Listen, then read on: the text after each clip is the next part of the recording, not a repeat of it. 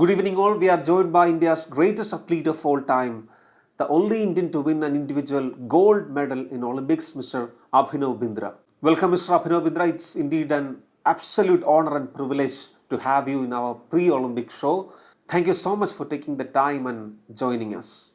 Thank you. It's my pleasure to join you this afternoon. Abhinav, if we go back to that historic day in 2008, what is that one thing that you remember the most about that day? I remember speaking to you after a few hours after that historic achievement, and you telling me that you were completely detached about the outcome. Yes, I was, of course, detached from outcomes, but of course, it was a moment of great thrill. It was a moment of great relief because I put in so much hard work for 15 years of my life, attempting to win a gold medal. And of course, it was a dream. And, I used to go to bed every night with this dream of standing on the top step of an Olympic podium. And that was the day when that dream came to reality. That dream came to reality, of course, with the result of years and years of hard work, with the result of years and years of perseverance, of determination, lots of failure along the way. The success was reached really by lots of experiences, and most of those experiences were experiences where I did not succeed. But I kept persevering through them. I kept learning through them, and really focused a lot on preparation. I think I went into Beijing as one who was very well prepared, and I had taken every possible vertical out of the equation in terms of my preparation. So even before I boarded my flight to Beijing, I asked myself that question, that had I put in everything that I humanly possibly could put in to give myself the best chances to succeed in Beijing? The answer was yes. I had done everything humanly possible to put in that effort. And that was really what mattered, because, even before I shot my first shot at Beijing, I was already a winner. I was a winner in my own eyes.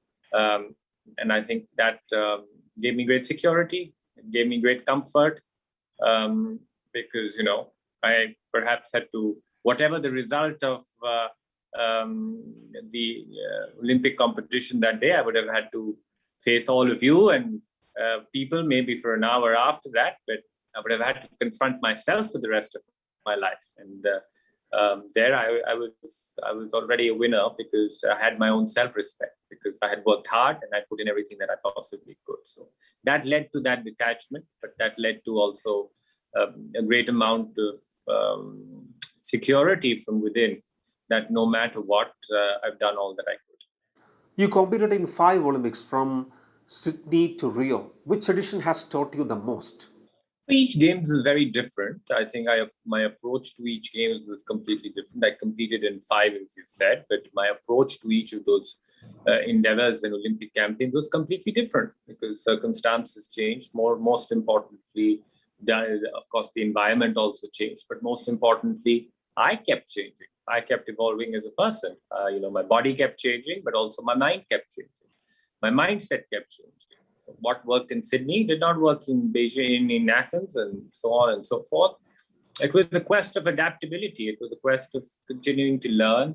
And each of those experiences, some sweet, some not so sweet, some hard, they taught me something. They taught me something about sport, but they also taught me something. Each one of them taught me something about life. And that was something which was invaluable. So very hard to pinpoint it as one experience. I think each experience was valuable. I failed 4 out of the 5 times, but I do not classify them as failures. I classify them as great life learning experiences, and that was what was important. And, I keep learning even to date. I am no longer an athlete, but the learning never ceases. It's often said that timely farewells and legendary athletes never go together. In this light, your decision to quit after Rio Olympics surprised all. So why couldn't you continue for some more time? Well, it was a very conscious decision, which was not made from one day to the other. It was a very thought out decision, which took 3 or 4 years in planning. So even in 2013, I knew that Rio would be my last day on the shooting range. And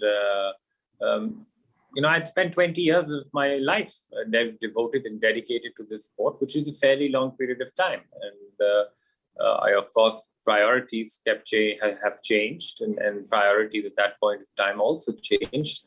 I had to look at other avenues of life. I had to look at earning a more meaningful livelihood, for example.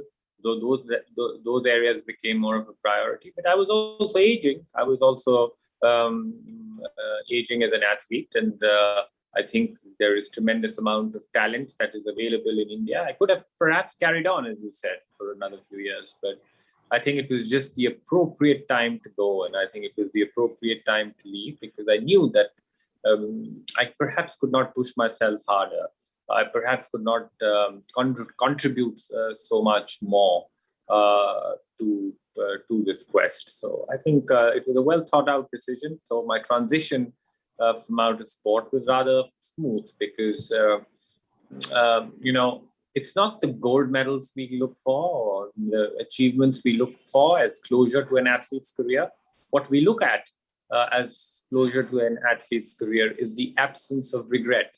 And when I did stop shooting, I absolutely had no regrets. So it was quite easy. I remember you telling me in 2008 that you don't want to be alone in the gold medal company, but unfortunately, we are still waiting for our second individual Olympic champion. After the disappointment in Rio, will our graph curve go up again in Tokyo? What, according to you, is India's best case scenario? Well, I view sport as I'm not involved in sport so closely anymore. I don't even watch sport so much. My involvement in Indian sport is more like that of a fan.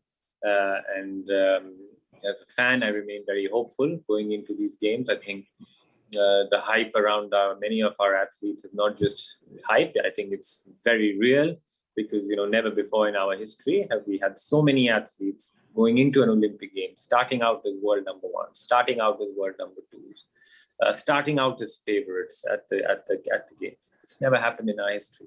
And we should be very proud of them. We should celebrate, even this is a huge achievement, that going into a game, so many Indians starting out as favorites. A young Saurabh Chaudhary appears in the Time magazine as one of the athletes to watch out for. It's never happened in our history ever. So lots to be proud about, which already, and I think it gives us a lot of hope, and it gives me personally a lot of hope that this Olympics will be a historic games for India, and it will perhaps start a new era in Indian sport. Perhaps I'm really hopeful it would perhaps be our best ever Olympic performance in our history.